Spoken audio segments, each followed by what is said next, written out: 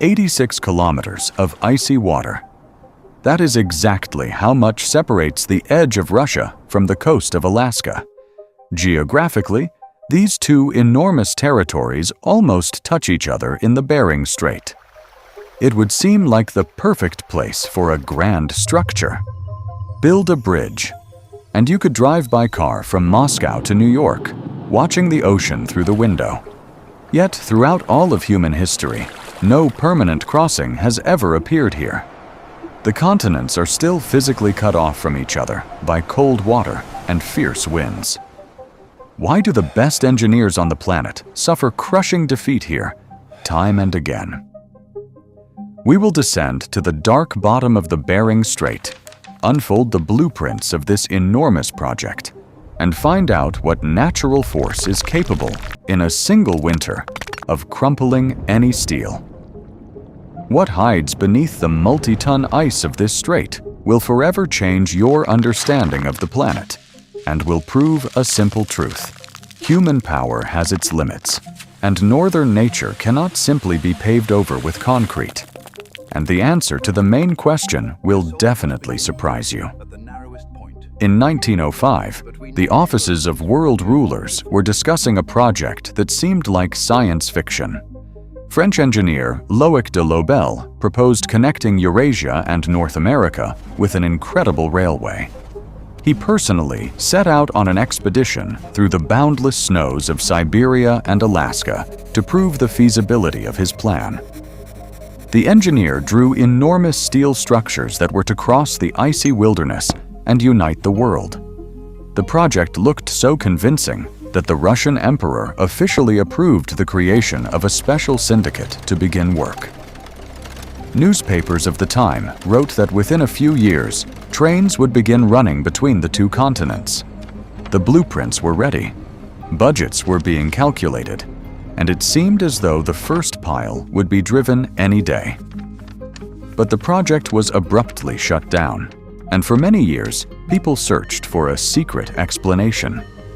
Internet forums are still rife with speculation that construction was stopped by a global conspiracy. Many believe that the major owners of maritime trading companies feared competition and bribed officials to destroy all the documents.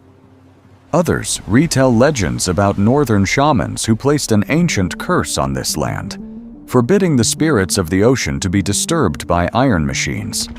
According to these myths, any attempt to build a bridge is doomed to have fatal consequences for its creators.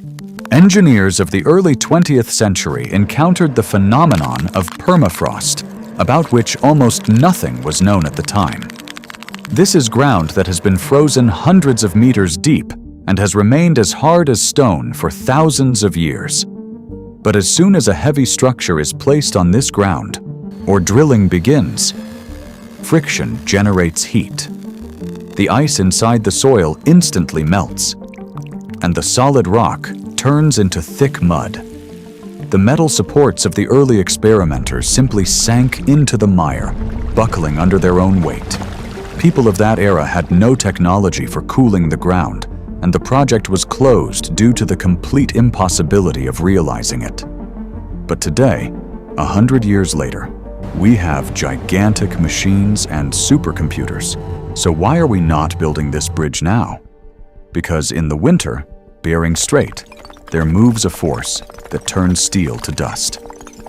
If you were to find yourself on the shore of the strait, in the middle of winter, you would not see simply a frozen sea.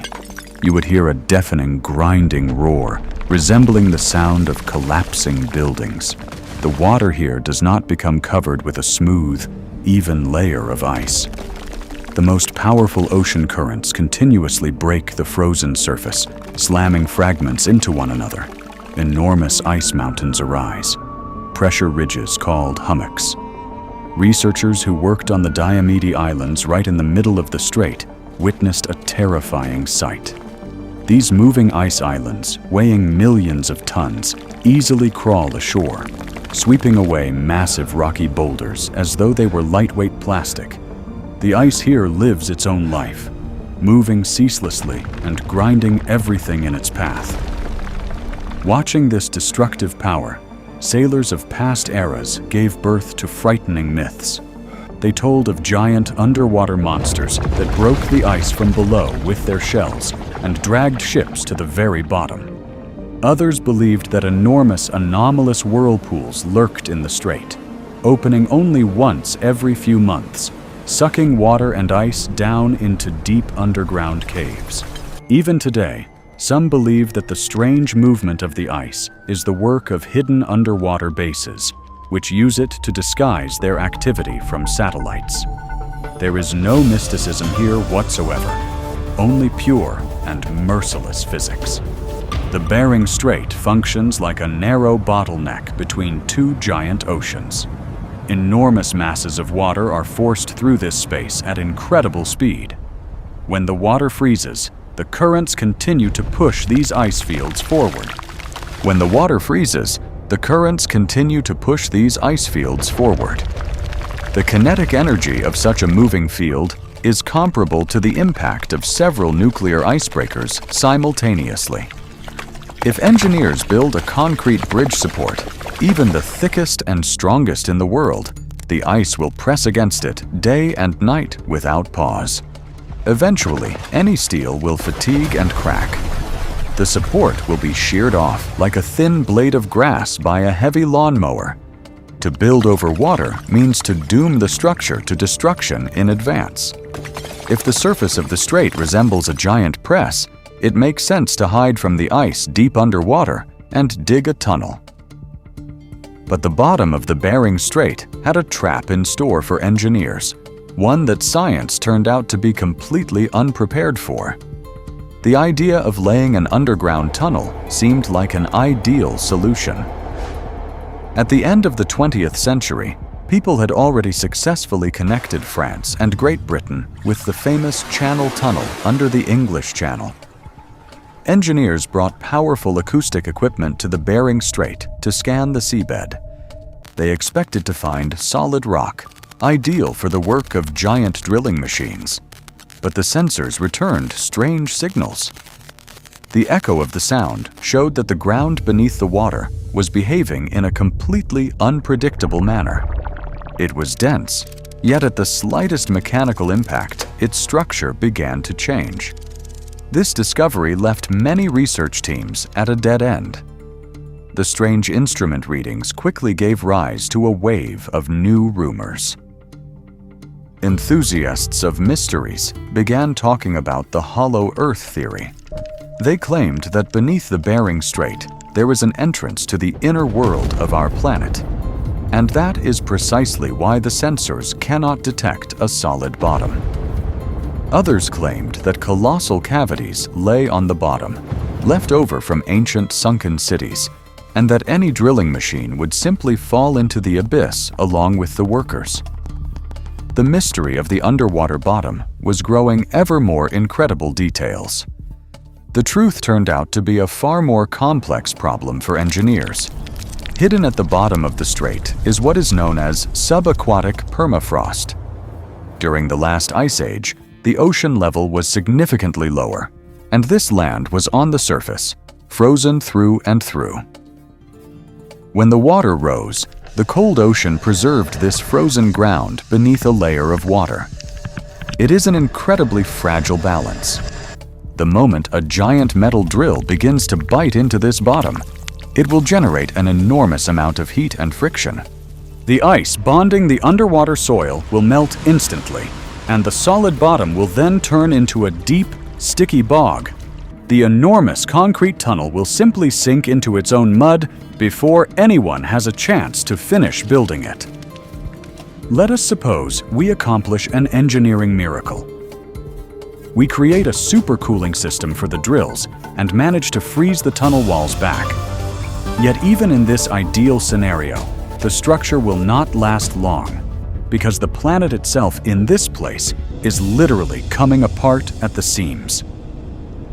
The Bering Strait is located in one of the most unstable places on our planet. This is the edge of the Pacific Ring of Fire. Here the Earth is in constant motion. Let us recall the Great Alaskan Earthquake of the mid-20th century. The ground shook with such terrible force that entire mountains changed their outlines. In a matter of minutes, city streets split in two, and the coastline shifted several meters upward. Those who survived that day recounted that the ground beneath their feet moved in waves, like a stormy sea. Nature clearly showed who the real master is here.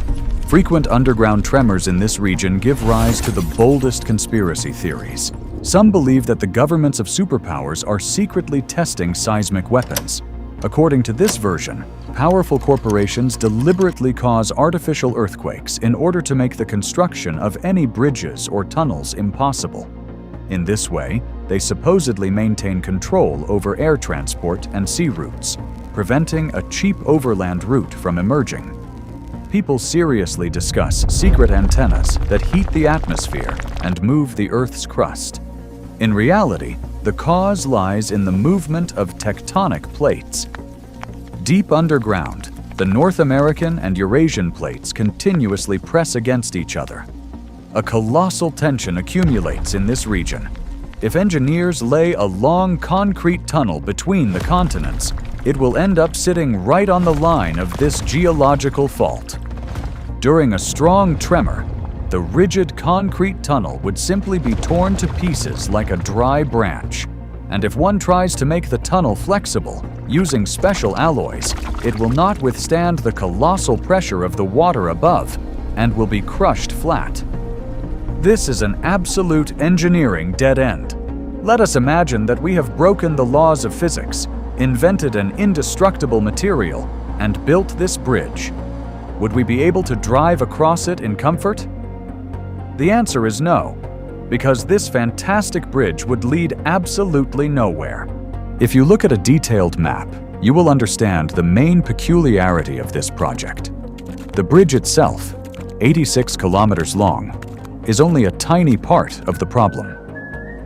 If you drive off the bridge on the Chukotka or Alaska side, you will be met by ringing emptiness. For 1,000 kilometers around, there are no large cities, no petrol stations, and certainly no paved roads. This is harsh tundra, where only the hardiest animals and isolated settlements survive. There have been attempts throughout history to lay proper roads in these parts, but builders encountered the fact that their work simply disappeared in a single season. Fresh asphalt would cave in, and heavy machinery would get stuck in the endless mud. The emptiness of these vast territories frightens people and compels them to search for hidden meanings. Popular online theories hold that these zones are deliberately kept without infrastructure. Supposedly, deep underground bunkers, secret laboratories, or even crash sites of unidentified flying objects are located there. Conspiracy theorists are convinced that the absence of roads is the perfect camouflage. If you cannot get there by car, then no random civilian will see what the government wants to conceal from outside eyes. The reality is dictated by a process that scientists call solifluction, that is, the creeping of soil. This entire gigantic territory rests on permafrost. In winter, the ground is hard, but during the short northern summer, the top layer thaws to a depth of several dozen centimeters. Water cannot seep downward through the lower frozen layer, and the soil turns into a liquid, slippery mass. Any road laid directly on the ground will, in summer, drift along with this soil and become a river of mud. To build a reliable approach to the bridge, it would be necessary to construct an elevated roadway on tall supports, stretching for half a continent. This is technologically more complex and far more expensive than the bridge across the ocean itself. And the word expensive is the key word here. There was a man in history who was able to design a bridge capable of withstanding both ice and earthquakes, and even extreme temperature fluctuations. Yet his brilliant blueprints are still gathering dust in distant archives for one terrifying reason. In the second half of the 20th century, a man appeared who decided to challenge the Bering Strait. He was the legendary architect and engineer, Tung Lin. He developed a concept called the Intercontinental Peace Bridge. Lin understood the full force of the ice, And so he designed not ordinary supports, but enormous artificial islands made of ultra-strong concrete. These islands were to have a wedge-shaped form in order to cut through the advancing ice fields. Between the islands, he planned to span incredible parabolic arches that could flex under powerful wind gusts and earthquakes without breaking. It was a masterpiece of engineering thought that captivated the entire scientific world. Despite its brilliance, the project remained on paper. Many linked this to the era of geopolitical confrontation. The popular version is that the secret services of both countries were frightened by the appearance of a direct overland route between the continents. A fear arose that in the event of a large-scale conflict, heavy tanks and military equipment could travel across this bridge within a matter of hours. Supporters of this theory are certain that Lin's project was frozen by direct secret order of the highest military command in order to preserve the ocean as a natural defense. But Lin's blueprints were killed by the irresistible force of economics. When specialists calculated the cost of constructing the bridge itself, the artificial islands, and thousands of kilometers of approach roads on permafrost, the final sum turned out to be astronomical. In today's terms, it would cost trillions of dollars. Such construction would swallow the budgets of entire countries. Moreover, maintaining this bridge under extreme northern conditions, clearing it of ice, and carrying out constant repairs would cost enormous sums of money every day, and yet the bridge would never pay for itself. Transporting heavy cargo on giant ocean-going vessels is still thousands of times cheaper than driving trucks through an icy wasteland. Concrete, steel, and even the largest sums of money are incapable of conquering this strait. Does this mean that we will forever remain on opposite shores and will never be able to travel this route? Perhaps we are simply looking at the problem itself in the wrong way. To find a solution, we need to look at what is happening right now in Europe. In the deep waters of Norway, entirely new concepts for crossings are being tested. Engineers have realized that fighting nature is futile. It must be outwitted. They are creating structures that are neither a conventional bridge nor an underground tunnel. These are enormous, sealed tubes that literally hang in the depth of the water. They are fastened to the seabed by flexible cables and held at the required depth by means of giant floats. Inside these tubes, trains and cars can travel while fish swim around them.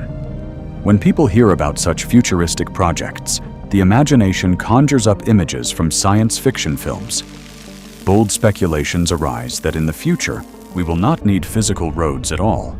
Internet users argue about the imminent emergence of teleportation technologies, anti-gravity platforms, or flying cities that will be able to glide freely over frozen straits. Some even insist that such technologies already exist, but are being concealed from the general public until a certain time. The real future looks different, yet no less exciting. Floating tunnels, or Archimedes tunnels, could become the key to the Bering Strait.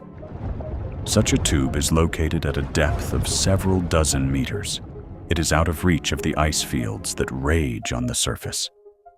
At the same time, the tunnel does not touch the seabed directly, and therefore the underwater permafrost will not thaw, and earthquakes will not tear it to pieces, because the structure will simply sway in the water, together with the shock wave. If vacuum trains capable of flying at tremendous speed are added inside this tube, a journey between the continents would take just a few minutes. We have traveled a long road from the mad blueprints of the imperial era to an understanding of how ice bulldozers, underwater bogs, and invisible tectonic forces work. We have become convinced that attempts to simply pour concrete over nature cost trillions of dollars and ultimately always end in failure. The Bering Strait proves a simple truth time and again. A person may think that he is the master of nature, but the planet will always reserve the right to say a harsh no. Yet there is hope. Perhaps one day you will truly get into a car, and drive from Moscow to New York. But this route will not run across crude asphalt.